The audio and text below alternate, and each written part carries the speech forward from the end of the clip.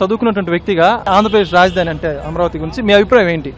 ఆంధ్రప్రదేశ్ రాజధాని అమరావతి అవడం చాలా బాగుంటుంది. ఎందుకంటే స్టేట్ మధ్యలో ఉండడం వల్ల అందరికి వెసులుబాటు ఉంటుంది, పేద ప్రజలకి అందరికీ. కావున అందరికి వెసులుబాటు ఉండే ప్రాంతము విజయవాడ దగ్గర ఉంటుంది, రైల్వే స్టేషన్ కూడా దగ్గర ఉంటుంది కాబట్టి సౌకర్యాలు ఉంటాయని రాజధాని బాగుంటుంది.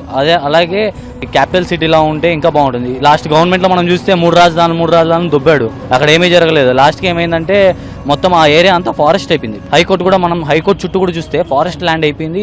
పైగా రైల్వే పట్టాలు కూడా అసలు మొత్తం ఫారెస్ట్ ల్యాండ్ లాగా కవర్ అయిపోయింది, తుప్పట్టిపోయాయి. చాలా బాధ వేసిందండి.